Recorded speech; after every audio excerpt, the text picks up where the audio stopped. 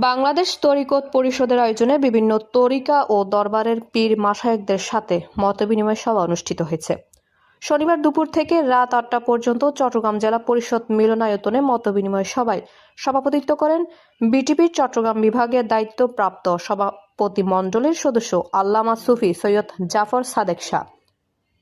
এ সময় চট্টগ্রাম দরবার শরীফের ব্যবস্থাপনায় ও বাংলাদেশ তরিকত যুব পরিষদ চট্টগ্রাম জেলা শাখার সমন্বয়ে মতবিনিময় সভায় আর উপস্থিত ছিলেন মাইজভান্ডার দরবার শরীফের গাউসিয়ার রহমান মঞ্জিলের শাহজাদা সৈয়দ নাইমুর রহমান মাইজভান্ডারী, বিটিপি সভাপতি আবুল বাশার খানদানি, সেক্রেটারি শামসুল আলম চিশতি, আলী রেজার রয়েল হায়দারি, দৌলতবাড়ি দরবারের পীর শাহ সুফি নইমুদ্দিন, শাহজাদা ইরফানুল হক হাফেজ নগরী সহ আরও অনেকেই।